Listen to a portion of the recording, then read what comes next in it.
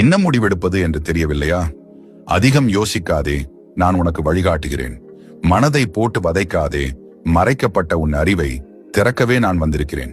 உன் வாழ்க்கையில் நான் மட்டுமே நிரந்தரம், மற்ற அனைவரும் மாயை. இதனை புரிந்து கொள்ள உனக்கு சிரமமாகத்தான் இருக்கும். இருப்பினும் சொல்ல வேண்டியது என் கடமை என்று தோன்றியது. இவ்வளவு நாள் நீ செய்ததெல்லாம் போகட்டும், இனியும் அதன் வழி செல்லாதே. நீ இவ்வளவு கோழையாக இருப்பாய் என்று நான் நினைக்கவில்லை. நீ என் சிறந்த ஆன்மா. எப்பொழுதும் உன் மனம் நீ விரும்பியதை மட்டுமே செய்யும்.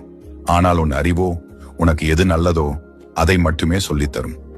சிறிது நேரம் கண்களை மூடி உன் மனம் என்னும் மாயையை தள்ளி வைத்துவிட்டு இதை கேள்.